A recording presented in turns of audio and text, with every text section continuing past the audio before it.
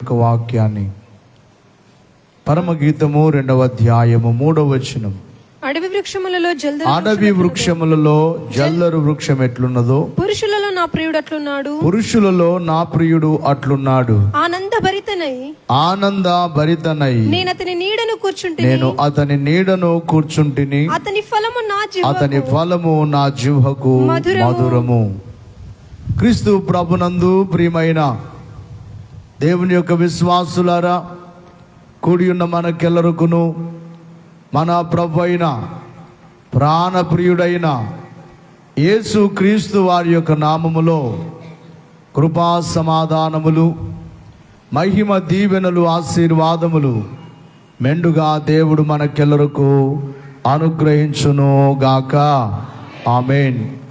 కొద్ది నిమిషాలు అందరూ కూడా మనస్సు పెట్టి దేవుని మాటలు వినాలని దేవుని సేవకునిగా మీకు మనవి చేయించు ఉన్నాను.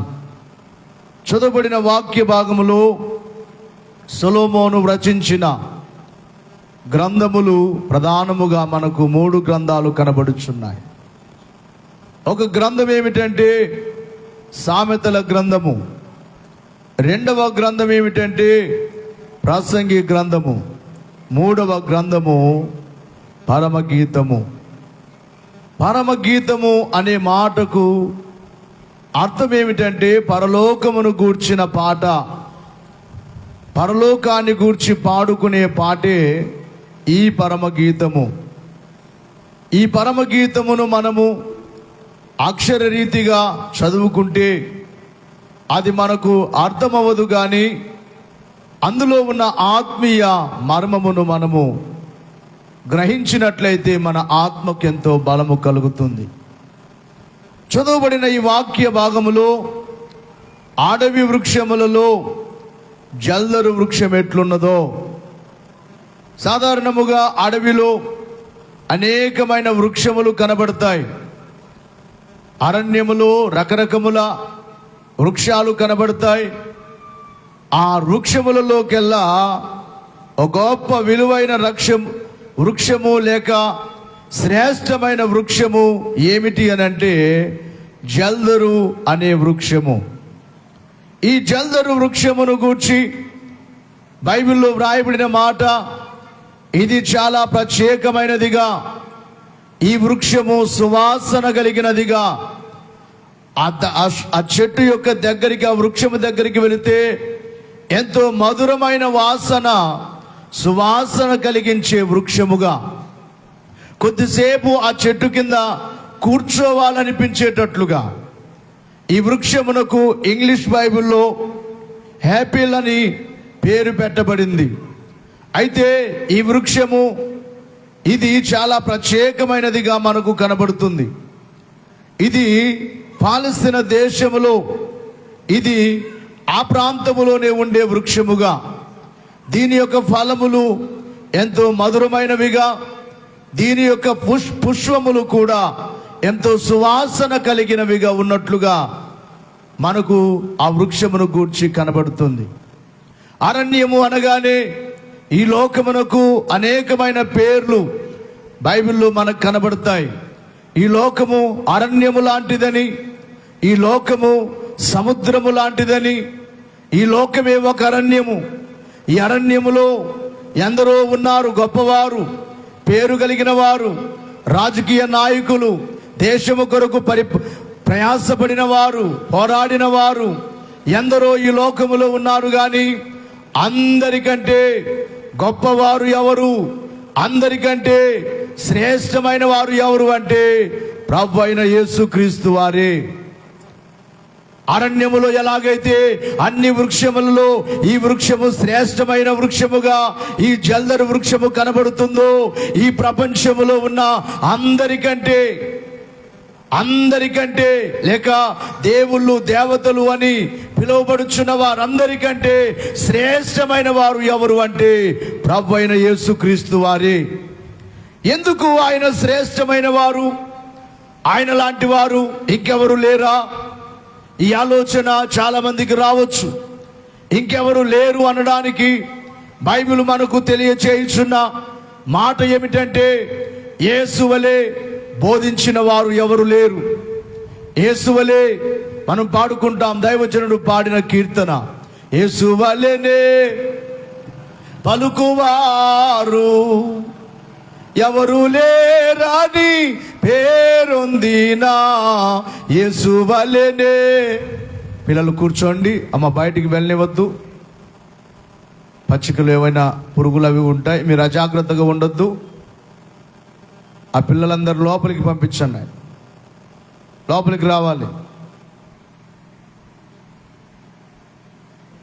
బుజ్జి అందరిని లోపలికి పంపించి, అక్కడ చెట్టు కింద కూడా ఉన్నాడు చూడు ఎదురుగా.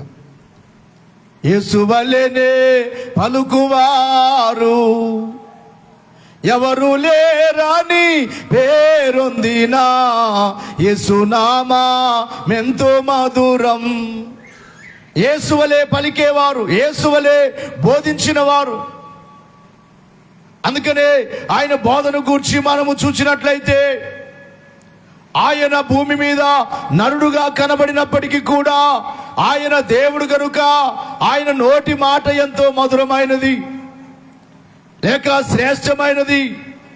దేవుని యొక్క వాక్యములో యోహాను సువార్త 3వ అధ్యాయములో 34వ వచనములో, యోహాను సువార్త 3వ అధ్యాయము 34వ వచనములో చూస్తే, ఆయన సాక్ష్యము అంగీకరించిన వాడు దేవుడు సత్యవంతుడను మాటకు ముద్ర వేసి ఉన్నాడు. ఎలయనగా దేవుడు తాను పంపిన వారికి కొలత లేకుండా ఆత్మను అనుగ్రహించిన గనుక ఆయన దేవుని మాటలే పలుకును. యేసు ప్రభువారు భూమి మీద ఉన్న దినములలో ఎవరి మాటలు పలికారు? కొలత లేకుండా దేవుని ఆత్మతో ఆయన నింపబడి ఉన్నాడు గనుక, దేవుని ఆత్మ సమృద్ధిగా ఆయనలో ఉన్నది గనుక ఆయన పలుకు ఏమిటంటే దేవుని పలుకే.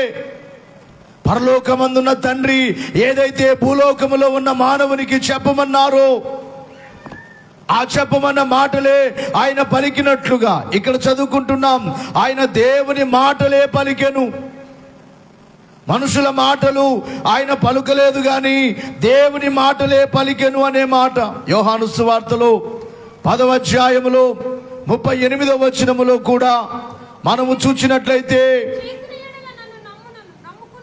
అమ్మా తండ్రి నాయందును నేను తండ్రి యందును ఉన్నామని మీరు గ్రహించి తెలుసుకున్నట్లు ఆ క్రియలను నమ్ముడని వారితో చెప్పాను. గమనించాలి ప్రియులారా, తండ్రి నాలో ఉన్నాడు, నేను తండ్రి మాటలే పలుకుచున్నాను, తండ్రి చెప్పమన్నదే నేను చెబుతున్నాను. గమనించాలి ప్రియులారా, ఆయన తండ్రి యొద్ద ఏ సంగతులైతే చూచాడో ఆ చూచిన సంగతులే ఈ భూమి మీద ఆయన బోధించినట్లుగా యోహాను సువార్త 8వ అధ్యాయం 38వ వచనం 8:38లో చూస్తే, నేను నా తండ్రి యొద్ద చూచిన సంగతులనే బోధించుచున్నాను, ఆ ప్రకారమే మీరు మీ తండ్రి యొద్ద వినిన వాటిని జరిగించుచున్నారని వారితో చెప్పాను. ప్రభు చెప్పే మాట ఏమిటంటే, నా తండ్రి యొద్ద నేనైతే విన్నానో ఏవైతే విన్నానో అవే నేను బోధిస్తూ ఉన్నాను, ఆ మాటలే మీకు తెలుపుచూ ఉన్నాను. గమనించాలి ప్రియులారా, మార్కు సువార్త 1వ అధ్యాయములో మనం చూసినట్లయితే 1వ అధ్యాయం 22వ వచనములో, ఆయన శాస్త్రుల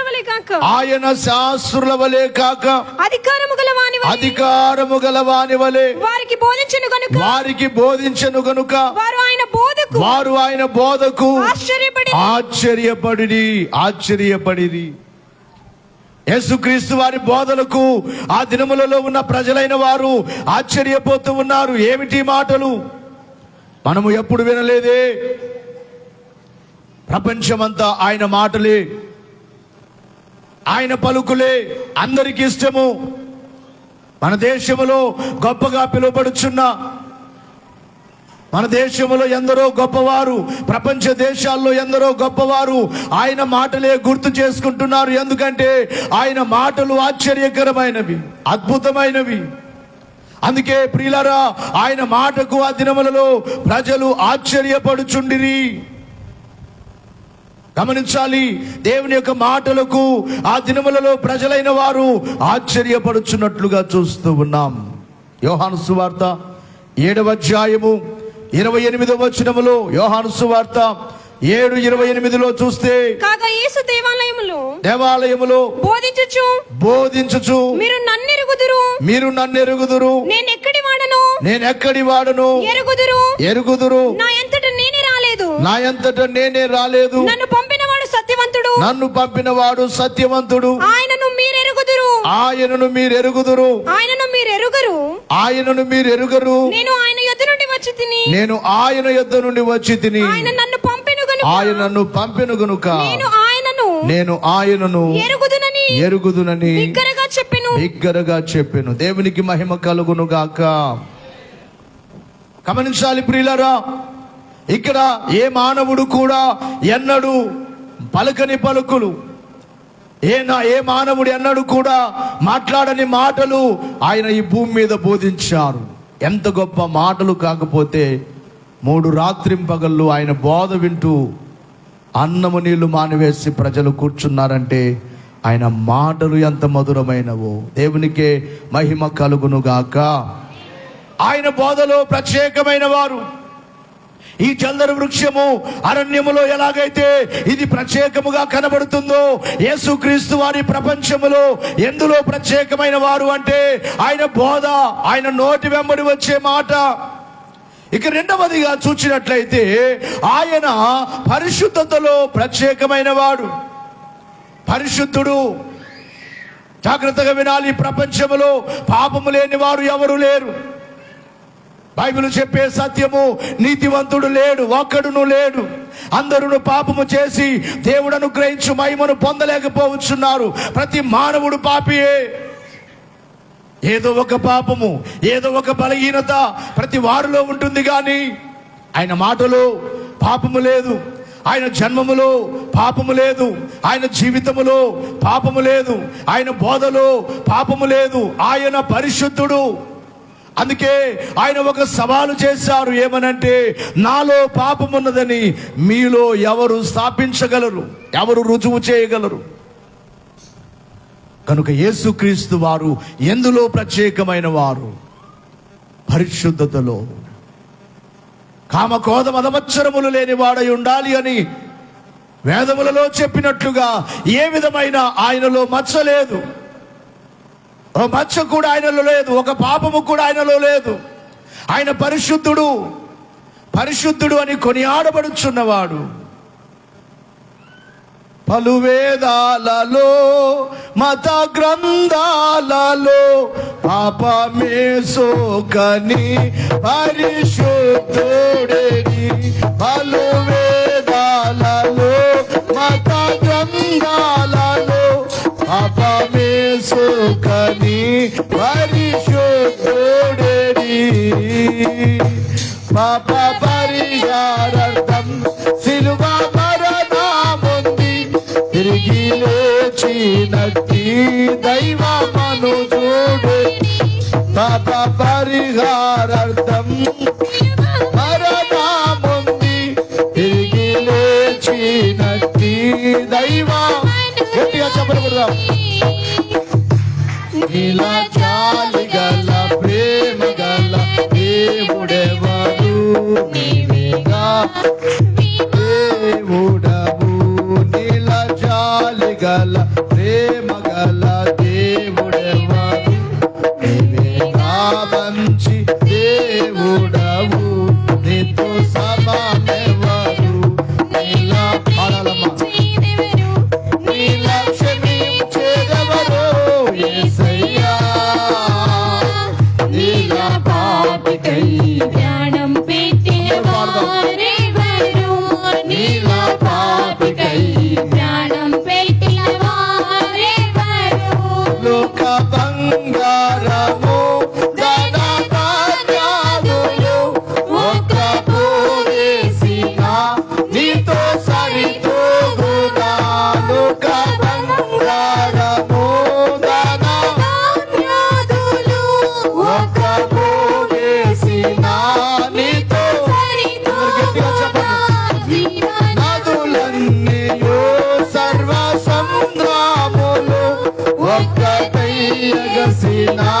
నిన్ను తాకగలవా జీవనదులన్నీయు సర్వ సంద్రాములు ఒక్కటయ్యగసినా నిన్ను తాకగలవా నీల పరిశుద్ధ దేవుడెవరున్నారయ్యా నీవేగా మంచి దేవుడవు నీల పరిశుద్ధ దేవుడెవరున్నారయ్యా నీవేగా మంచి దేవుడవు నీతో సమమెవరు నీలా ప్రేమించేదెవరు నీలా క్షమించేదెవరు యేసయ్యా నీలా పాపికై ప్రాణం పెట్టిన వారెవరు నీలా పాపికై ప్రాణం పెట్టిన వారెవరు దేవునికి మహిమ కలుగును గాక.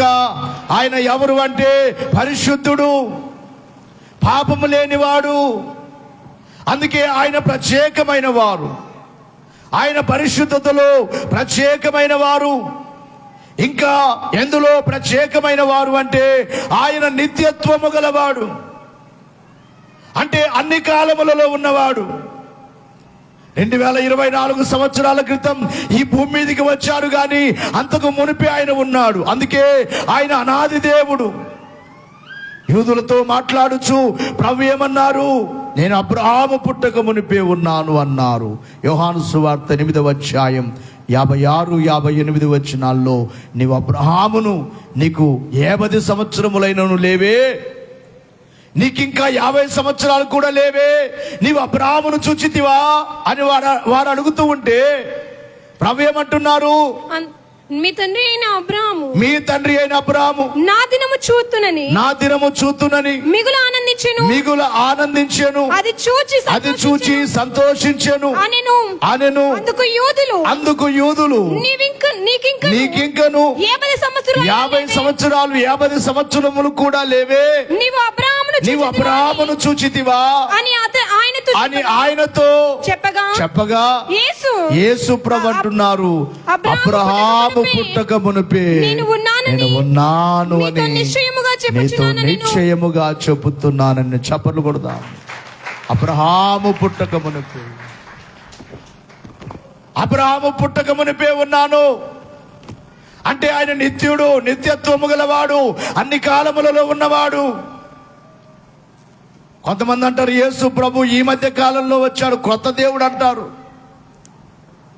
విదేశాలకు సంబంధించిన దేవుడు అంటారు, మన భాష కాదు, మన దేశము కాదంటారు. తప్పు.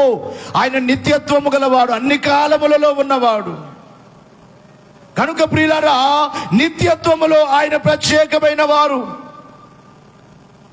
ఇక 4వదిగా చూచినట్లయితే సాత్వికములో, తగ్గించుకోవడములో ఎంతగా తగ్గించుకున్నారు సాత్వికుడు. అందుకే అంటాడు కదా, నేను సాత్వికుడను, దీన మనస్సు గలవాడను, నా మనస్సు దీన మనస్సు అన్న వాక్యం చెప్పాను. ఎవరైతే హెచ్చించుకుంటారో వారిని దేవుడు ఏం చేస్తాడట? గట్టిగా చెప్పాలి. దేనిని బట్టి మనం హెచ్చించుకోకూడదు, మన భక్తిని బట్టి కావచ్చు. ఒకవేళ నువ్వు భక్తుడవా, భక్తురాలువా, మంచిదే, అది మంచిదే, నీ భక్తి మంచిదే. ఒకవేళ దేవుడు నీతో మాట్లాడుతున్నాడా, సంతోషించు. దర్శనాలు కలిగి ఉన్నావా, సంతోషించు, దేవుని స్తుతించు. దానిని బట్టి అతిశయపడవద్దు. నీకున్న డబ్బును బట్టి అతిశయపడవచ్చు. ఈరోజు ఉంటుంది, రేపు పోతుంది. అందుకే సామెత చెప్తారు తెలుగులో, ఓడలు బండ్లు అవుతాయట, బండ్లు ఓడలు అయిపోతాయట. అంటే ఈరోజు ఏమి లేని వారు రేపు గొప్పవారైపోవచ్చు. ఏమి లేని వారిని చూచి నీకు అన్నీ ఉన్నాయని వారిని నువ్వు తక్కువగా చూడొద్దు. నీకున్న దాన్ని బట్టి దేవుని స్తుతించు, అంతే. అంతేగాని ఒకరిని చులకనగా మాట్లాడొద్దు. బైబిల్లో ఉన్న భక్తులందరూ తగ్గించుకున్న వారే. మోషేను మనము సుఖోపవాస ధ్యానములలో ఉన్న మోషేతో దేవుడు వచ్చి మాట్లాడతాడు, మోషే నువ్వు వెళ్ళు, ఐగుప్తు దేశానికి వెళ్ళు, నా ప్రజలను తీసుకొని రా అని అంటే ఏమనాలి? సరేనయ్యా వెళ్తాలేయ్యా అనాలా? వెళ్తాలేయ్యా, నీవు నాకు ఇంత భాగ్యం ఇచ్చావంటే ఇంకేం కావాలి, వెళ్తానులేండయ్యా అనాలా? అనట్లేదు. ఏమంటున్నాడో తెలుసా? ఏమంటున్నాడు? నేనెంతటి వాడును, ఇశ్రాయేలీయులను తీసుకొని రావడానికి నేనెంతటి వాడును, నేనే పాటి వాడును. తను మాట్లాడుచున్న మాట, నేను ఇశ్రాయేలీయులను తీసుకుని రావడానికి నేనే పాటి వాడును. 3వ అధ్యాయంలో ఆ మాట కనబడుతుంది. 4వ అధ్యాయంలో ఆ మాట కనబడుతుంది. అమ్మా 10 ఒక్కసారి చదువు. కాగా రమ్ము, నిన్ను ఫరో యొద్దకు పంపెదను. ఇశ్రాయేలీయుల నా ప్రజలను నీవు ఐగుప్తులో నుండి తోడుకొని పోవలెను. అందుకు మోషే నేను ఫరో యొద్దకు వెళ్ళుటకును ఇశ్రాయేలీయులను ఐగుప్తులో నుండి తోడుకొని పోవుటకును ఎంతటి వాడనని దేవునితో అనగా. ఏమంటున్నారు చెప్పండి? నేనెంతటోనయ్యా.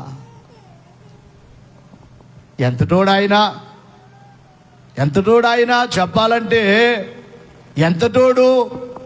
బైబిల్లో చూస్తాం, 40 రాత్రింబగళ్ళు ఆయన ఏం చేయలేదట. అమ్మా చెప్పాలి, మాట్లాడాలి. అన్నపానములు తినక. ద్వితీయోపదేశ కాండము 9వ అధ్యాయంలో ఆ మాట ఉంటుంది, చూడండి ఒక్కసారి. ద్వితీయోపదేశ కాండం 9వ అధ్యాయం. దేవునికి మహిమ కలుగును గాక. 18 ఒకసారి మీరు యెహోవా దృష్టికి ఆ చెడు నడత నడిచి చేసిన మీ సమస్త పాపముల వలన ఆయనకు కోపము పుట్టింపగా చూచి మునుపటి వలె అన్నపానములు మాని 40 పగళ్ళు 40 రాత్రులు యెహోవా సన్నిధిని సాగిలపడి. చాలమ్మా. ఎంతటి వాడు? ఒక్క పూట భోజనం మానేయగలవా? నాకు చాలా బాధ. ఇన్ని గంటలు నిలబడి వెళ్తే అక్కడికి వెళ్ళే లోపు కొంతమంది ఒకరో ఇద్దరో ఎన్ని మాటలో. మొన్నైతే ఒక ఆయన అంటాడట, ఆయన అలా వస్తాడు ఇలా వెళ్ళిపోతాడు. ఏం మాటలు అవి?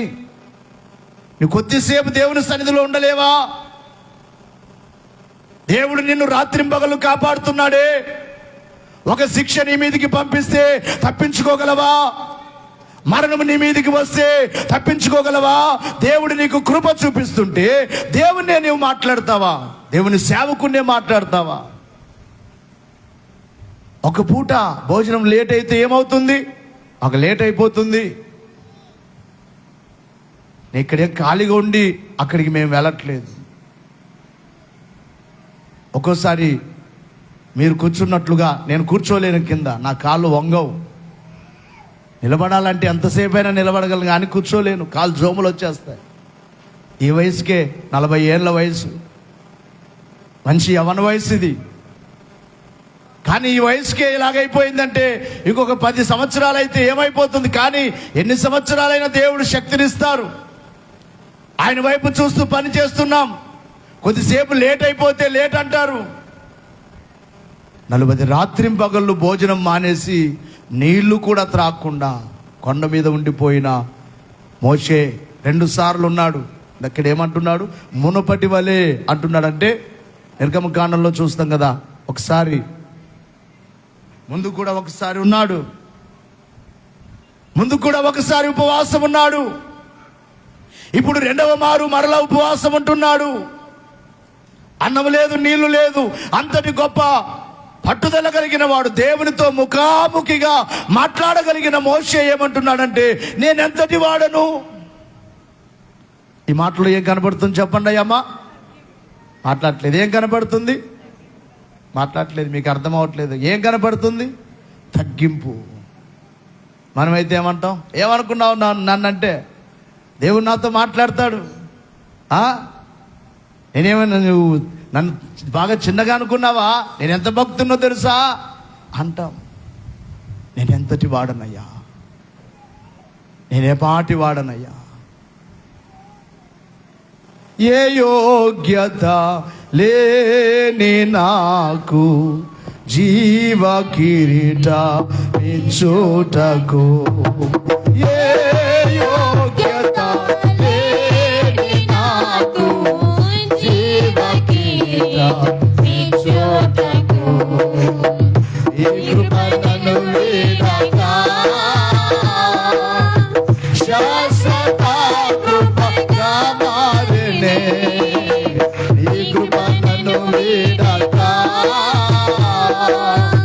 శాశ్వత కృపగా మారినే. కృపామయుడా నీలో నా కృపామయుడా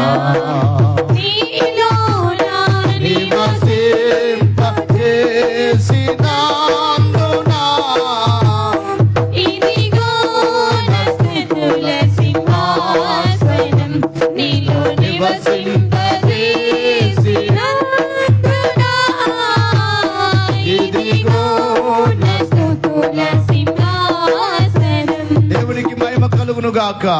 మన బైబిల్ మిషన్ అందుకున్న దేవదాసయ్య గారు ఎంత గొప్ప భక్తుడంటే, యేసు ప్రభు వారి కాలములో ఏ అద్భుతాలైతే జరిగాయో దైవజనుని కాలములో అద్భుతాలు జరిగాయి. అయ్యగారు ప్రార్థన చేస్తే గుడ్డివారు చూచారు, అయ్యగారు ప్రార్థన చేస్తే కుంటివారు నడిచారు, అయ్యగారు ప్రార్థన చేస్తే చనిపోయిన వారు బ్రతికారు. అయ్యగారి వస్త్రాన్ని ముడితే ఒక రోజున అయ్యగారి వస్త్రాలు ఉతికి అలాగా ఆరబెట్టారట. ఒక కుసిరోగి వచ్చి అయ్యగారి వస్త్రాలు ముట్టుకున్నాడు.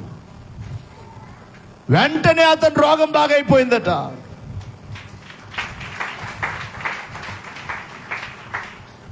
అతను అందరికి వెళ్ళి నేను దేవదాసయ్య గారి వస్త్రాలు ముట్టుకున్నాను, నేను బాగైపోయాను, అయ్యగారి వస్త్రాలు ముట్టుకున్నాను, నేను బాగైపోయానని చెబుతుంటే అతని దగ్గరికి పిలిపించాడట అయ్యగారు. పిలిచి, ఏయ్ బాబు, నా వస్త్రాలు ఎందుకు ముట్టుకున్నావు నువ్వు? అసలు నా వస్త్రాలు ఎందుకు ముట్టుకోవాలి నువ్వు? నన్ను అడిగి ముట్టుకున్నావా?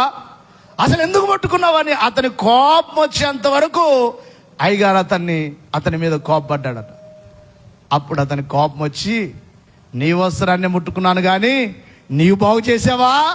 యేసయ్య నన్ను బాగు చేశాడన్నాడట. అప్పుడు అయ్యగారు అన్నారట, అదే కావాలి మరి.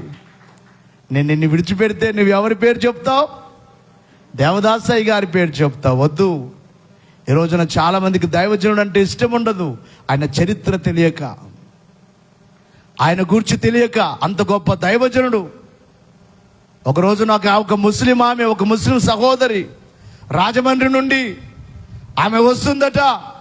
ఈయన పెద్ద భక్తుడట, ఈయన గురించి తెలుసుకుందాం ఏంటో అని చెప్పి బయలుదేరిందట. బయలుదేరగానే ఆమె వచ్చేది అయ్యగారికి తెలిసిపోయింది. గుంటూరులో ఉన్నారు అయ్యగారు, రాజమండ్రి నుండి వచ్చేది తెలిసిపోయింది. తెలిసిపోయి 4 సేవకుల్ని పంపించాడట. అబ్బాయి, రాజమండ్రి నుండి ఒక ఆమె వస్తుంది, ఫలానా డ్రెస్తో వస్తుంది, బాగా నగలు అలంకరించుకొని వస్తుంది, ఆమె నా దగ్గర తీసుకురండి, నా కోసమే వస్తుంది అన్నారట. నన్ను చూడడానికే వస్తుంది. వృద్ధాప్యములో ఉన్నారు అయ్యగారు, దగ్గర 100 సంవత్సరాలకు పైగా వయస్సులో ఉన్నారు. ఆమె బయలుదేరి గుంటూరులో ట్రైన్ దిగిందట. దిగ్గానే 4 వచ్చి, రమ్మా నేను తీసుకెళ్తాం అన్నారట. ఆ దినాల్లో దొంగలు ఎక్కువ కనుక ఆమె దొంగలు అనుకుంది.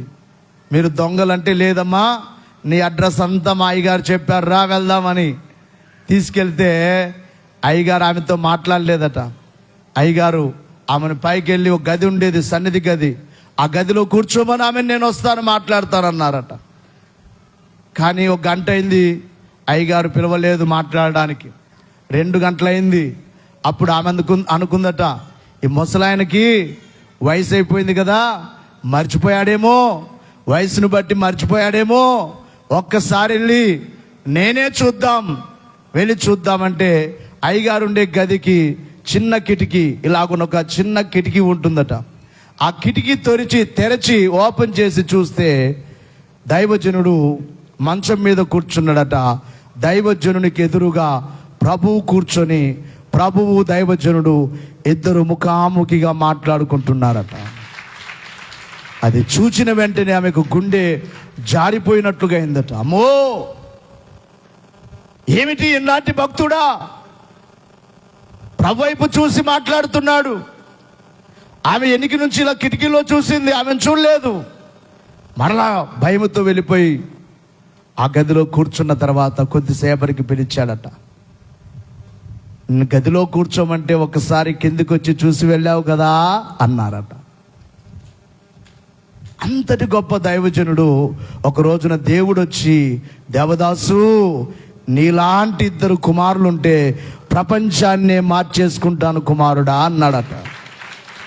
నీలాంటి ఇద్దరు కుమారులుంటే ప్రపంచాన్నే నా వైపు తిప్పుతానన్నాడు. ఈ రోజున బైబిల్ మిషన్ ద్వారా ఎన్ని వేల మంది, లక్షల మంది అన్యజనులు దేవుని యొద్దకు వచ్చారో. అయితే దైవజనునితో ఆ మాట అనగానే 3 రోజులు అయ్యగారు భోజనం చేయలేదట. నీలాంటి వారు అంటే నన్ను గొప్పవాడన్నారు దేవుడు అని 3 రోజులు భోజనం చేయలేదు. అయ్యగారి దగ్గర ఉన్న సామ్యూయల్ అయ్యగారు వచ్చి, అయ్యగారు భోజనం చేయండి అంటే దేవదాస్ అయ్యగారు అంటున్నారట, అబ్బాయి నేను ఏ పాటి వాడిని? ఆంధ్ర భాషలో, రాయలసీమ భాషలో అయితే ఏమంటాం? మేమెంతటోళ్ళం అంటాం, అవునా?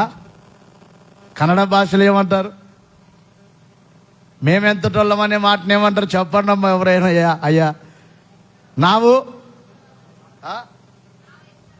ನಾವು ಎಷ್ಟು నావెస్ట్ ఎవరు? ఎంతటోళ్ళం మేము అంటాం కదా. అయ్యగారు అంత గొప్ప భక్తుడైనా కూడా ఎప్పుడు మాట అనేవాడట. అయ్యగారు నేనే పాటి వాడిని అబ్బాయి. 3 రోజులు అన్నం తినలేదు, ఏడ్చుకుంటున్నాడు. ఎందుకయ్యా అడగడానికి ధైర్యం లేదు. దైవజనుడు, అభిషక్తుడు ఒక రోజున ధైర్యం చేసి, ఎందుకయ్యా మీరు భోజనం చేయలేదు? 3 రోజులు అవుతుంది అంటే, అబ్బాయి మన ప్రభు వచ్చి నాతో, దేవదాసు నీవు గొప్పవాడవన్నాడు, ప్రపంచాన్ని నీలాంటి వారుంటే ఇంకొకరుంటే మార్చుకుంటానన్నారు. నన్ను అంత గొప్పవాడినా, నేనే పాటి వాడిని అబ్బాయి అని ఏడుస్తున్నాడట. దేవునికి మహిమ కలుగును గాక. తగ్గింపు అనేది దేవునికి ఇష్టమైనది. ఎందుకంటే మన దేవుడే ఎవరు చెప్పండి? ఎవరు చెప్పండి? సాత్వికుడు. ఎవరు చెప్పండి? ఆయన పిల్లలమైన మనం ఎలాగుండాలి? తగ్గించుకొని ఉండాలి. సంఘములో ఒకరి ఎడల ఒకరు తగ్గించుకొని ఉండాలి. ఎందుకంటే మన ప్రభువే ఆయన తగ్గింపు కలిగిన వాడు. తగ్గించుకోవడంలో ఆయనకు సాటి ఎవరు లేరు. ఇక 5వదిగా చూచినట్లయితే అద్భుతములు చేయటలో దేవుడు ఎన్నో అద్భుతాలు భూమి మీద చేశారు. ఓ మాటలో చెప్పాలంటే ఆయన వాక్కు ద్వారా ఎందరినో బాగు చేశారు. ఆయన వాక్కు ద్వారా ఈ సృష్టిని కలుగజేశారు. ఆయన మాటే ఈ సృష్టి. ఆదికాండం 1వ అధ్యాయములో, యోహాను సువార్త 1వ అధ్యాయము మొదటి 2 వచనాల్లో దేవుని వాక్యే ఈ సృష్టి. ఆయన మాట చేతనే ఈ సృష్టిని కలుగజేశారు. కాబట్టి ఆయన మాట అద్భుతమైనది. ఆయన మాట ద్వారానే నీళ్లను ద్రాక్షారసముగా మార్చారు. ఆయన మాట చేతనే. యోహాను సువార్త 2వ అధ్యాయం 1 నుండి 11 వచనాల వరకు ఈ సమస్త సృష్టిని పోషించుచున్న పోషకుడని రుజువు చేయుటకు 5 రొట్టెలు 2 చేపలు 5,000 మందికి ఆహారముగా పెట్టారు. యోహాను సువార్త 6వ అధ్యాయం 1 నుండి 14 వచనాల వరకు 5 రొట్టెలు 2 చేపలు ఎన్ని వేల మందికి? మాట్లాడలేదు. ఎన్ని వేల మందికి అమ్మాయా? 5,000 మందికి. ఈ మాటను గూర్చి మన ఒక ప్రసంగం, ఒక్కోసారి నేను ఇంటి దగ్గర ఉంటే కూడా నా మనసులోనికి కొన్ని ప్రసంగాలు వచ్చేస్తుంటాయి. పోయిన సోమవారం నేను ఇంటి దగ్గర కొన్ని పనులు చూసుకుంటూ పిల్లల్ని స్కూల్కి పంపించి అవన్నీ చూసుకుంటూ ఉంటే నాకు ఒక ప్రసంగం దేవుడు వినిపిస్తున్నాడు. ఏమిటంటే లేదు అనే మాట మీద. లేదు. సాధారణంగా మనం ఏమనుకుంటామంటే ప్రతిసారి మా దగ్గర ఏమీ లేదంటావా అనవా? ನಮ್ಮ ಹತ್ರ ಏನೋ ಇಲ್ಲ ಇದ್ರೆ ನಾವು ಕೂಡ దేవునికి ఇవ్వడానికి ఏమంటారంటే ನಮ್ಮ ಹತ್ರ ಇಲ್ಲ ಇದ್ರೆ ನಾವು ಕೂಡ ಕೊಡಬೇಕಂತ ఆశ నమకిదే. ఇవ్వాలని మాకుంది, మా దగ్గర ఏమి లేదు అంటూ ఉంటాం కొన్నిసార్లు. లేదు అన్నంతకాలం లేదే నీకు. లేదు అన్నంతకాలం నీకు ఉండదు, అంతే. నీకున్నది తెచ్చి ఎక్కడ పెట్టాలి చెప్పండి అమ్మ? ఉన్న దాంట్లోనే. పేద విధవరాలు కూడా లేదు అంది దైవజనంతో. ఏలియాతో ఏమంది? అమ్మా నాకు ఆకలేస్తుంది, కొంచెం అప్పం తెస్తావా అంటే ఏమంది ఆమె? అయ్యా బుడ్డిలో కొంచెము నూనె ఉంది, తొట్టిలో కొంచెము పిండి ఉంది, అది తప్ప నా దగ్గర మరేమీ లేదు అంది. అప్పుడు దైవజనుడు ఏమన్నాడు? ఆ ఉన్న దాంట్లోనే ఫస్ట్ నాకు తీసుకొని రా అనగా ఆ మొదటి ముద్దలో కొంచెం తీసుకొని వచ్చి దైవజనునికి ఇవ్వగా, దైవజనుని చేతిలో పెట్టగా బైబిల్లో వ్రాయబడింది, మరలా భూమి మీద వర్షము కురిసేంత వరకు ఆ తొట్టిలో పిండి తక్కువ కాలేదు, ఆ బుడ్డిలో నూనె కొదవ కాలేదు. ఆమె తిన్నది, ఆమె కుమారుడు తిన్నాడు, దైవజనుడు కూడా తింటూ వచ్చారు. ఇస్తూనే వచ్చింది దైవజనునికి. ఇక్కడ 5 రొట్టెలు 2 చేపలు తెచ్చి ఎవరి చేతిలో పెట్టారు? మాట్లాడలేదు. ఫస్ట్ యేసు ప్రభు వారు అందరినీ లైన్గా కూర్చోబెట్టండి, మీరే వారికి భోజనం పెట్టాలనగానే శిష్యులకు భయం వేసింది. ఏంట్రా ఈయన ఇంతమందికి భోజనం పెట్టమంటాడు, ఎలా పెట్టాలి మేము? ఒక్కోసారి మీరు కూడా తిట్టుకుంటారనిపిస్తుంది నన్ను.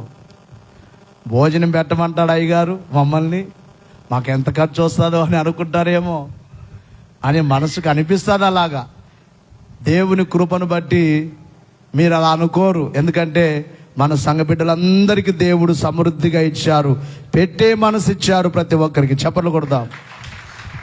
భోజనాలు ఈ వారంలో రోజు మేము ప్రార్థనకి వెళ్ళాం. భోజనాలు వద్దన్నాం, వద్దంటే కూడా కొంతమంది ఏర్పాటు చేశారు, వద్దంటే ఏర్పాటు చేశారు. కాబట్టి ప్రియులారా ఎందుకు చెప్తున్నానంటే ఇక్కడ 5 రొట్టెలు 2 చేపలు ఎన్ని వేల మందికి? 5,000 మందికి అద్భుత రీతిగా ఆయన ఆహారం పెట్టాడు. ఆయన పోషకుడు అనడానికి, పోషించడములో అద్భుత రీతిగా పోషించాడు.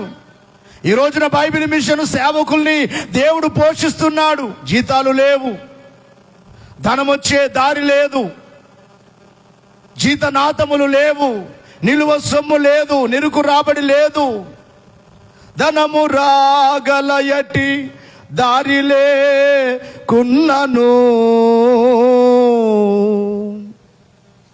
ధనము రాగలయటి దారిలే కున్నను, బైబిలు మిషను సాపనము జరిగే, బడులు బోటింగులు మన్నన చేయు సమాజాలు లేకున్నను, బైబిలు మిషను స్థాపనము జరిగే. ఆయన పోషకుడు. నువ్వు నమ్మితే అద్భుత రీతిగా పోషించేవాడు. నీవు పోషణకు ఇబ్బంది పడుతున్నావేమో, ఆయన పోషించేవాడు. ఈ సేవకుడు ఇప్పటికీ ఈ కర్ణాటక రాష్ట్రమునకు వచ్చి 18 సంవత్సరాలు అవుతుంది. 18 సంవత్సరాలు ఏనాడు ఈ సేవకుని దేవుడు ఉపవాసము పెట్టలేదు. ఈ సేవకుని కుటుంబాన్ని ఏనాడు ఉపవాసము పెట్టలేదు. ఆరంభములో కొంతమంది, ఈ రోజునైతే 6 సంఘాలు, 100 మంది విశ్వాసులు ఉన్నారు, సహకరించేవారు ఉన్నారు. ఈ రోజున మాకేం కొదువ లేదంటే గొప్ప. కానీ ఆ దినాల్లో, ఆరంభ దినాల్లో మేము గుంతకల్లో ఉండేవారము. అప్పటికి ఇంకా సంతానం, మాకు పిల్లలు లేరు. వివాహమైన క్రొత్తలో గుంతకల్లో ఉన్నాం. ఒక 8 నెలలు చిన్న సంఘం. ఒక వారం సంస్కార వారం వచ్చిందంటే అప్పటికి నాకు ఇంకా అభిషేకం, పాస్టర్ అభిషేకం కాలేదు. అందరూ సంస్కారికులందరూ గుర్తుకెళ్ళిపోయేవారు. ఒక 5 మంది 10 మంది ఉండేవారు. మొదటి వారం. ఆ వచ్చిన కానుక కొన్నిసార్లు గుంతకల్లుకు వెళ్ళే ఛార్జీకి మాత్రమే సరిపోయే దినాలు. అలాంటి దినములలో కూడా ఉపవాసం పెట్టలేదు దేవుడు. మేము బాడుగున్న ఇల్లు, ఆమె మంచి విశ్వాసులు, ఆమె దేవుని సేవకులను ఎంతో ప్రేమించేది. వారికి 2 ఇళ్ళు ఉన్నాయి, ఒకటి అటువైపు ఇల్లు, ఇటువైపు ఇంట్లో మేము ఉండేవారు. ఎంతో ప్రేమించేవారు మమ్మల్ని. దేవుని సేవకులను ఎంతో అభిమానించేవారు. కనుక ఎందుకు చెప్తున్నానంటే, దేవుని సేవకులకు ఈ రోజు వరకు కొదవలేదు. పోషించుచూ ఉన్నారు. ఆయన పోషకుడు. ఈ విశ్వమంతటిని పోషించేవాడు, ప్రతి జీవిని పోషించేవాడు ఆయనే, పశువులను పోషించేవాడు ఆయనే, పక్షులను పోషించేవాడు ఆయనే. ఈ ప్రపంచమంతటికి పోషకుడును నేనే అని రుజువు చేయుటకు 5 రొట్టెలు 2 చేపలు 5,000 మందికి పంచిపెట్టిన అద్భుత పోషకుడు ఆయన. ఆయన కార్యములలో, అద్భుతాలు చేయుటలో ఆయన గొప్పవారు, ప్రత్యేకమైన వారు. ఇక ప్రియులారా గమనించాలి, ఆయన పరమ వైద్యుడు అని రుజువు చేయుటకు స్వస్థతపరచు యెహోవా మొన్నటి దినమున ఒక ప్రత్యక్షత దేవుడు నాకు చూపించారు. ఇక నుంచి అద్భుతాలు జరుగుతాయి కుమారుడా, స్వస్థతపరచు యెహోవాను నేనే అని దేవుడు మాట్లాడారు. ప్రభువే స్వస్థతపరిచేది. ఇక నిలబడిన నన్ను స్వస్థపరిచేది ప్రభువే స్వస్థపరిచింది. మన సంఘములో చాలా మందికి దేవుడు స్వస్థతనిచ్చారు. ఒక దినాల్లో కొంతమంది, ఒక కుమార్తె ఇంత చేయి ఇంత కాలు 14 కేజీలు ఉంది. దగ్గర 25 సంవత్సరాలు పైగా ఉన్న యవనస్తురాలు. ఎన్ని కేజీలు? 14 కేజీలు. బ్రతుకుతుందా? ఎముకలు మాత్రమే ఉన్నాయి. ఈ రోజున దేవుడు అద్భుత రీతిగా ఆమెకు స్వస్థతనిచ్చి ఆరోగ్యముతో దేవుడు నింపారు. బ్రతుకు చాలించుకున్న మృతులను ఆయన బ్రతికించాడు. స్వస్థపరిచేది దేవుడే, అద్భుతాలు చేసేది దేవుడే, దైవ సేవకులు కాదు. చాలాసార్లు కొంతమంది సేవకులు అంటారు, కాదు, దేవుడే. ఎక్కడైనా స్వస్థత దేవుడే.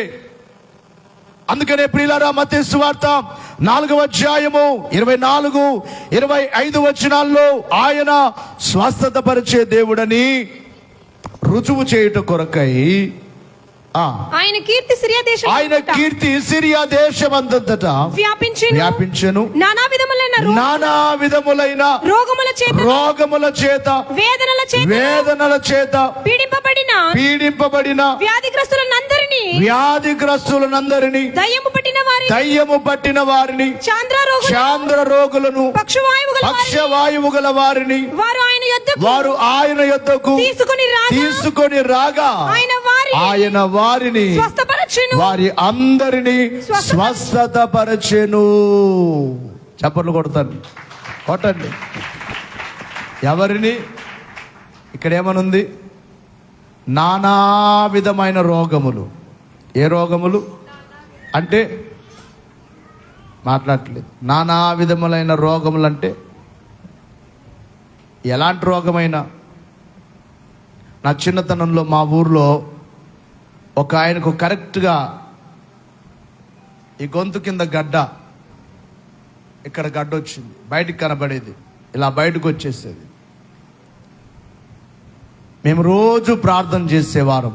వాళ్ళు దేవుని నమ్మలేదు. ఆయనకు 5 మంది కొడుకులు. ఇప్పుడు ఆ కుటుంబానికి మొదటిగా సువార్త చెప్పడాన్ని బట్టి వాళ్ళ కుటుంబీకులందరూ, వారి పిల్లలు 5 మంది కదా, వాళ్ళ పిల్లలు 50 మంది అయ్యారు. చప్పట్లు కొట్టండి. వాళ్ళ బంధువులందరూ 50 మంది సంఘం. ఈ మధ్య కాలంలో ఫోన్ చేశాడు, అయ్యా మన ఊర్లో మందిరం కడుతున్నాం, మీరేమైనా ఇస్తారా అని అడిగాడు. లాస్ట్లో చూస్తాను, ఇప్పుడైతే మన మందిరం పని జరిగేటప్పుడు, ఇప్పుడైతే నేను ఇవ్వలేను, ఇంకా సేవ జరుగుతుంది, నేను ఇస్తాను. అప్పుడు నేను విశ్వాసిగా ఉన్నప్పుడు కింద ఆ బండలన్నీ కూడా పాలిస్ బండలు, ఆ పాత మందిరానికి నేనే దేవుని యొక్క నామంలో కానుకగా ఇవ్వడం జరిగింది. ఇప్పుడు ఏమైనా ఇస్తారంటే నేను లాస్ట్కే మరలా వీలైతే టైల్స్ కానీ ఏవైనా కానీ వేయిస్తాను, మీరు ఫస్ట్ పని చేసుకోండి అని చెప్పాను. దేవునికి మహిమ కలుగును గాక. చనిపోతాడన్నారు డాక్టర్లు ఆపరేషన్ చేస్తే. అద్భుత రీతిగా దేవుడు అతనికి స్వస్థపరిచారు. నేటికి సజీవుడిగా ఉన్నాడు. మా నాన్న వయసు, ఎవరి వయసు?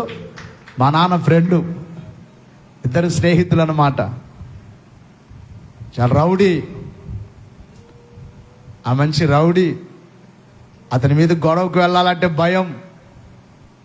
పునాది రాళ్ళు తీసేవాడు అనమాట. పునాది రాళ్ళు తీసేవాడు. ఎప్పుడు అతని దగ్గర గడారు ఉండేది, గడ్డపార. గొడవకు వచ్చాడంటే అది పట్టుకొని వచ్చారు, రండి రా పొడుస్తారే అనేవాడు అనమాట. ఎవరి దగ్గరికి వచ్చేవాడు కాదు. అలాంటి వ్యక్తి దేవుని నమ్మి మారిపోయి ఈ రోజున ఆయన కుటుంబం అంతా దేవునిలో ఉన్నారు. దేవునికి మహిమ కలుగును గాక. వైద్యుడు ఆయన. ఎలాంటి రోగమైనా ఎంతో మంది రోగుల్ని బాగు చేశారు, స్వస్థత పరిచారు. ఒక ఆయనకు మామూలుగా చివరి సమయంలో ఆ ఎక్కులు పట్టుకుంటాయి. కన్నడలో ఏనంటారు? మాట్లాడి ఎక్కులు. మామూలుగా మనకు ఒక్కోసారి ఎక్కులు వస్తాయి కదా.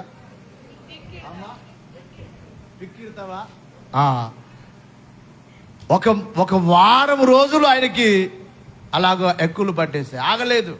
పూర్తిగా మంచాన పడిపోయాడు. అప్పుడు ఆయన దేవుని సన్నిధికి తీసుకొని వెళ్ళగా 7 వారాలు శాలకు వెళ్ళగా మందు వాడకుండా దేవుడు ఆయనను బాగు చేశారు. మరలా మామూలైపోయాడు. ఎంతోమంది. ఒక రోజున అగిరిలో ఒక కుమార్తెకు కరెక్ట్గా ఇక్కడ ఈ గొంతు దగ్గర గడ్డ ఉండేది, బయటికి కనపడేది. ఇప్పుడు విచారం ఏంటంటే వాళ్ళు వేరే సంఘానికి, స్వస్థత లేవనే సంఘానికి వెళ్తున్నారు. ఇప్పుడు స్వస్థత పొంది ఎంత బాధ. స్వస్థత పొంది వాళ్ళ ఇంటికి వెళ్ళాను. ప్రార్థన చేసి ప్రార్థన నూనె వేయగా, ప్రార్థన నూనె అమ్మా తీసుకొని గొంతుకు పట్టించుకొని చెప్పగా అద్భుత రీతిగా ఆపరేషన్ లేకుండానే ఆ గడ్డ కరిగిపోయింది. వాళ్ళు వచ్చి సాక్ష్యం చెప్పారు, బాప్తిస్మం తీసుకున్నారు. ఈ రోజున వారు మందిరానికి రాలేదు, అది బాధ. కొంతమంది మేలు పొంది ఏం చేస్తారు చెప్పని, దేవుణ్ణి విడిచిపెడతారు. మంచిది కాదు. యేసుక్రీస్తు వారు స్వస్థత పరిచేవారు, అద్భుతాలు చేయటలో ప్రత్యేకమైన వారు. నానా విధములైన రోగముల చేత ఉన్న వారిని ఆయన యొద్దకు తీసుకొని రాగా ఆయన వారందరిని ఏమి చేశారు? స్వస్థత పరిచి పంపించారు. ఆయన ఆపదలలో ఉన్న వారిని తప్పించుచున్నవాడని, సృష్టిపై ఆయనకు అధికారము కలదని దేవుడై ఉన్నాడని రుజువుపరచుటకు గాలిని తుఫానును గద్దించి దానిని అణచివేసి శిష్యులను ఆపదల నుండి తప్పించిన వాడుగా మత్తయి సువార్త ప్రియులారా 8వ అధ్యాయం 23-25 వచనాల్లో మనకు కనబడుతుంది. ఇక 5వదిగా చూచినట్లయితే ఆయన సాతానును జయించి భూత పీడితులైన వారిని భూతముల నుండి విడిపించి విమోచించు వాడని రుజువు చేసుకొనుటకు మార్కు సువార్త 5వ అధ్యాయం 1వ వచనము నుండి ఆయన దయ్యములను పట్టిన వారిని ఆ దురాత్మ శక్తుల నుండి వారిని విడిపించాడు. అద్భుత రీతిగా సేనా దయ్యములు పట్టి సమాధుల్లో ఉన్న వాడిని ఆయన చూడగానే ఆ దయ్యాలు వెళ్ళిపోయాయి. దేవునికి మహిమ కలుగును గాక. అందరు లేచి నిలబడదాం. చివరిగా ఎవరు బయటికి వెళ్ళొద్దు, ఎవరు బయటికి వెళ్ళొద్దు. చక్కగా వాక్యం వింటున్నారు. దేవుడు మిమ్మల్ని దీవించును గాక. ఆమేన్ చెప్పట్లేదు. మీకు వద్దా దీవెన? వద్దా దీవెన? బేకా బేడా? మాట్లాడలేదు. కావాలా వద్దా? మరి గట్టిగా చెప్పండి. దేవుడు మిమ్మల్ని దీవించును గాక. దేవుడు మిమ్మల్ని ఆశీర్వదించును గాక.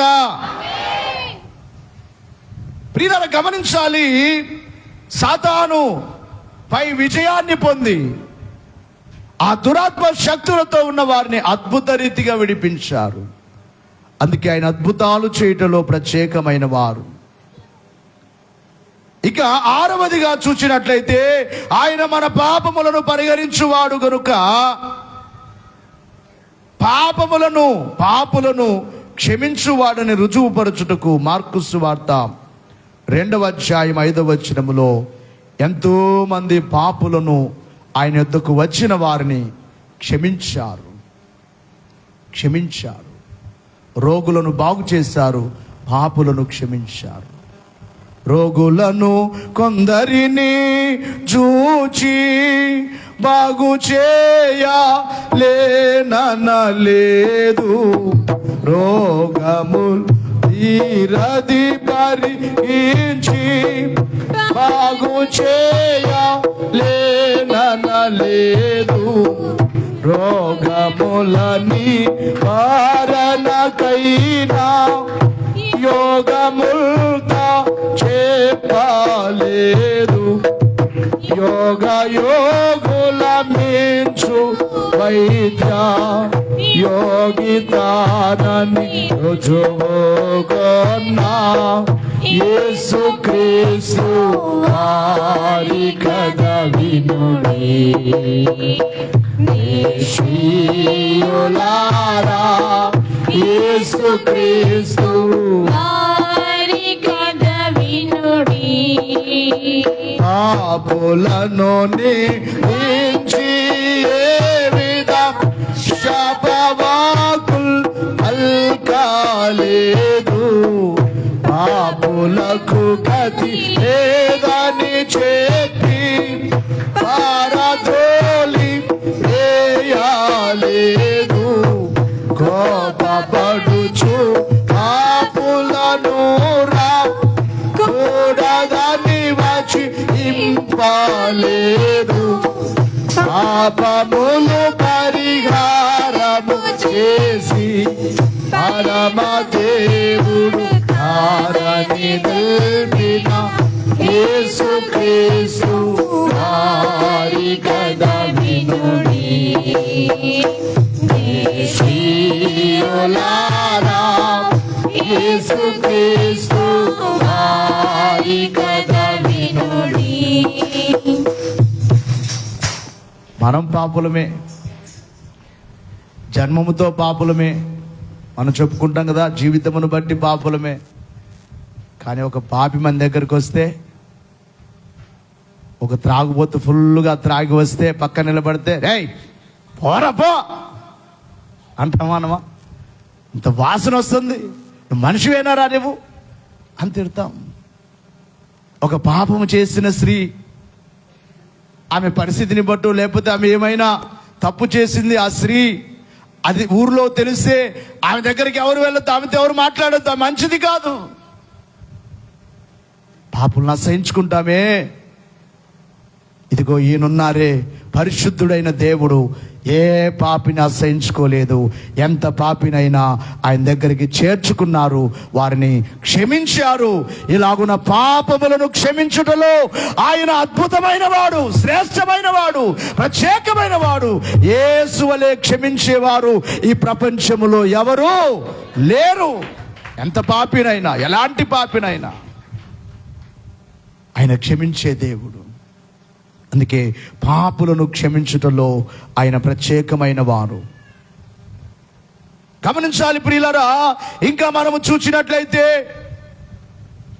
7వదిగా మృతులను బ్రతికించుటలో తానే జీవాధిపతి అయి ఉన్నాడని రుజువు చేసుకొనుటకు చనిపోయిన వారిని ఆయన బ్రతికించారు. యాయిరు కుమార్తె చనిపోతే ఆయన బ్రతికించారు. విధవరాలు కుమారుడు చనిపోతే ఆయన బ్రతికించారు. లాజరు చనిపోయి 4 రోజులు సమాధిలో ఉన్న లాజరు అని పిలువగా చనిపోయిన లాజరు బయటికి వచ్చాడంటే ఎంత అద్భుతమైన కార్యము. ఆయనే జీవాధిపతి అని రుజువు చేసుకోవడానికి మృతులను ఆయన బ్రతికించారు. ఆయనే మోక్షదాత అని రుజువు చేసుకోవడానికి 8వదిగా శిలువపై నుండి తన ప్రక్కనున్న బందిపోటు దొంగను రక్షించి పరదేశునకు మోక్షమునకు తీసుకుని వెళ్ళాడు. లూకా సువార్త 23:43 కనబడుతుంది. చనిపోయిన వారిని బ్రతికించినట్లుగా యోహాను సువార్త 11:43-44 వచనాల్లో చూస్తాం. ఇక చివరి మాట, ఇంకా మీకు నీడను గూర్చి చెప్పలేదు, ఓన్లీ జల్దరు వృక్షమును గూర్చి మాత్రమే. ఈ వచనములో ఇంకా ఏముంది? నీడ. ఎక్కడ? నీడ. ఇప్పుడు మనం ఎక్కడున్నాం? నీడలో ఉన్నామా, ఎండలో ఉన్నామా? బయట ఉంటే ఎండ, మందిరములో ఉంటే నీడ. ఈ నీడ కాదు, దేవుని నీడ. ఇది దేవుని మందిరం కాబట్టి ఇది కూడా ఎవరి నీడ? దైవ సన్నిధి కనుక ఎవరి నీడ? దేవుని నీడ. ఆపదలే వేళ నన్నావారించు చూడు, ఆపదలే వేళ నన్నావారించు చూడు, నీ సన్నిధి నా కాదు చూడని ఆతురత పడుచుండు, నీ సన్నిధి నా కాదు చూడని ఆతురత పడుచుండు, నీ సన్నిధి నిలుపు నాలో, నీ సన్నిధి నిలుపు, నీ ఆజ్ఞలన్నీయు అనుసరించు ఆత్మను నాకిమ్మయ్యా, నీ ఆజ్ఞలన్నీయు అనుసరించు ఆత్మను నాకిమ్మయ్యా, నీ సన్నిధి నిలుపు నాలో, నీ సన్నిధి నిలుపు. రాకడ ధ్వనులే భూమిలో ఎటు చూచిన వినబడుచుండు, రాకడ ధ్వనులే భూమిలో ఎటు చూచిన వినబడుచుండు, నన్ను నా జనాంగములను సిద్ధపరచుము దేవా, నాలో నా జనాంగములను సిద్ధపరచుము దేవా, నీ సన్నిధి నిలుపు నాలో, నీ సన్నిధి నిలుపు, నీ ఆజ్ఞలన్నీయు అనుసరించు ఆత్మను నాకిమ్మయ్యా, నీ ఆజ్ఞలన్నీయు అనుసరించు ఆత్మను నాకిమ్మయ్యా. దేవునికి మహిమ కలుగును గాక. ఇంతవరకు జల్దరు వృక్షమును గూర్చే, జల్దరు వృక్షమైన యేసు క్రీస్తును గూర్చే, ఆయన గొప్పతనమును గూర్చే, ఆయన ప్రత్యేకమును గూర్చి మనం విన్నాం. నీడ, ఆయన నీడ. ఆపద వచ్చిందా నీకు? ఎవరి నీడకు వెళుతున్నావు? ఎవరి నీడకు వెళ్ళినా న్యాయం దొరకదు. నాకు అర్థమైంది ఏమిటంటే, చివరి దినాల్లో అన్యాయం బాగా ఎక్కువైపోయింది. ఎక్కువైందా, తక్కువైందా? ఎక్కువైపోయింది. నీవెవరో నీకు సహాయం చేస్తారనుకుంటే పొరపాటు. ఎవరో నీడకు వెళితే నా క్షేమం అనుకుంటే అది నీ పొరపాటు. నీకు ఏ ఆపద వచ్చినా, నీకు ఏ కష్టం వచ్చినా, నీకు ఏ రోగం వచ్చినా, నీకు ఎలాంటి పరిస్థితులు వచ్చినా, నీవు చేరవలసిన స్థలం ఒకటే, అది ఆయన సన్నిధి లేక ఆయన నీడ. ఆయన నీడలో కూర్చుంటే నీ సమస్యలు తీరిపోతాయి. ఆయన నీడలో కూర్చుంటే నీకు హాయి కలుగుతుంది. ఆయన నీడలో కూర్చుంటే నీకు క్షేమము కలుగుతుంది. కూర్చోవడం నేర్చుకో ఆయన నీడలో. ఈ 40 దినాలు ఆయన ధ్యానములు జరుగుతూ ఉన్నాయి. ప్రతిరోజు ఎంతమంది ఆయన నీడలో కూర్చుంటున్నారు? ఉదయం నుంచి రాత్రి వరకు పనులేనా? ఎంతకాలం పని? నీవు ఎంతకాలం పని చేసినా నీకు పరలోకం ఉందనుకుంటావా? కాదు. నీవెంత సంపాదించినా నీకు పరలోకం ఉందనుకుంటున్నావా? లేదు. దేవుని నీడలో కూర్చోకుండా, దైవ సన్నిధిలో కూర్చోకుండా నీవు ఎక్కడ సమయాలు వ్యర్థం చేసినా దాని ద్వారా నీకే ప్రయోజనము లేదు. నేను ఎప్పుడు ఒక మాట అంటాను, నీవు ఎక్కడ కూర్చున్నా సమయం వ్యర్థమైపోతుందేమో, దేవుని సన్నిధిలో కూర్చున్న సమయం వ్యర్థం కాదు. అది తప్పకుండా నీ మీదికి దీవెనగా, ఆశీర్వాదముగా వస్తుంది. కూర్చోవడం నేర్చుకోండి, ఆయన దగ్గర కూర్చోవడం నేర్చుకోండి. ఆయన నీడలో ప్రతి ఆదివారం ఆరాధనలు జరుగుతున్నాయి. ప్రతి శుక్రవారం సన్నిధి కూటం. కొంతమంది ఇంటి దగ్గరే ఉంటారు. నాకు చాలా బాధేస్తుంది. ఒక 2-3 గంటల సేపు దేవుని దగ్గర కూర్చోలేరా? ఎలాగా ప్రియులారా, గమనించాలి. ఇక చివరి మాట ఏమిటంటే ఆయన మన యొక్క మరణము నుండి తప్పించి, నీకు నాకు మనకు మరణముంది, మరణమునకు పాత్రులం. మనందరం ఎవరము? మరణానికి పాత్రులం. ఎప్పటికైనా తప్పదు మరణము. ఎంత జాగ్రత్తగా ఉన్నా ఏదో జబ్బుండి ఎప్పటికైనా మరణము తప్పదు. ఎన్నాళ్ళు నీవు జీవించినా గాని ఏమున్నది లోకంలో, ఇన్నేళ్ళు నీవు చేసిన క్రియలన్నిటికీ తీర్పున్నది పైలోకంలో. తీర్పు దినమునందున ఆయన ముందర నీవు నిలిచే ధైర్యము నీకుందా, నిలిచే ధైర్యము నీకుందా. మార్పు చెందవా, నీవు మార్పు చెందవా, నీ బ్రతుకు మార్చుకోవా, నీ బ్రతుకు మార్చుకోవా. ఒక్క నిమిషం వినండి. దిగంబరిగానే వచ్చావు నీవు, దిగంబరిగా పోతావు. మన్నైన నీవు ఏదో ఒక దినమందు అన్నై పోతావు. దిగంబరిగానే వచ్చావు నీవు, దిగంబరిగా పోతావు. మన్నైన నీవు ఏదో ఒక దినమందు అన్నై పోతావు. నీ ఆస్తి అంతస్తు, నీ అంద చందాలు నీ వెంట రావెన్నడు. నీ ఆస్తి అంతస్తు, నీ అంద చందాలు నీ వెంట రావెన్నడు, నీ వెంట రావెన్నడు. మార్పు చెందవా, నీవు మార్పు చెందవా, బ్రతుకు మార్చుకోవా, బ్రతుకు మార్చుకోవా. మనందరం మరణానికి పాత్రులం.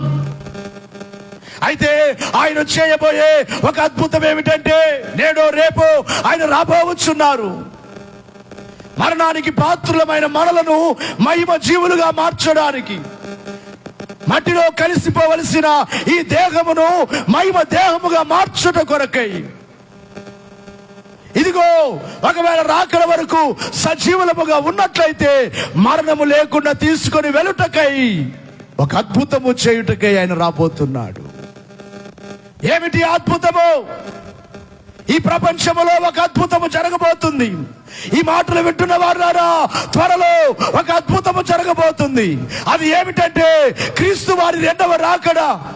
రాకడ గుర్తులన్నీ నెరవేరిపోయాయి. ప్రభు రాబోవచ్చున్నారు. ఆయన రాకడ చాలా దగ్గరలో ఉంది. ఆయన వచ్చినప్పుడు జరిగే అద్భుతం ఏమిటంటే, ఆయనను నమ్మిన బిడ్డలందరూ ప్రాణముతోనే, ఆయన రాకడకు ఎదురు చూచుచున్న వారందరూ, ఆయన నీడలో కూర్చున్న వారందరూ, ఆయన సన్నిధిలో గడిపే వారందరూ, ఆయన కొరకు జీవించే వారందరూ ప్రాణముతోనే ఎగిరిపోయే ఒక అద్భుతమైన దినము రాబోవచ్చున్నది. ఎందుకంటే ఆయన అద్భుతమును చేసేవారు, ఆయన అద్భుతాలు చేసేవారు. కనుక ప్రియులరా, ఆ మాట మనకు పలుమార్లు చదువుకున్నాం. తెస్సలోనిక పత్రికలో కనబడుతుంది. 4వ అధ్యాయం 16వ వచనం నుండి 18 వరకు. ఆర్భాటముతో, ప్రధాన దూత శబ్దముతో, దేవుని బూరతో పరలోకము నుండి ప్రభు దిగి వచ్చును. క్రీస్తునందు మృతులైన వారు మొదట లేతురు, ఆ మీద సజీవులమై నిలిచి ఉండు. మనము వారితో కూడా ఏకముగా ప్రభుని ఎదుర్కొనుటకు ఆకాశ మండలమునకు మేఘముల మీద కొనిపోబడదుము. కాగా మనము సదాకాలము ఎవరితో ఉంటాం? ప్రభువుతో కూడా ఉంటాము. ఇక నిత్యం ఆయన నీడలో ఉంటాం. ఇక్కడ ఆయన నీడలో ఉంటేనే అక్కడ ఆయన నీడలో ఉండగలం.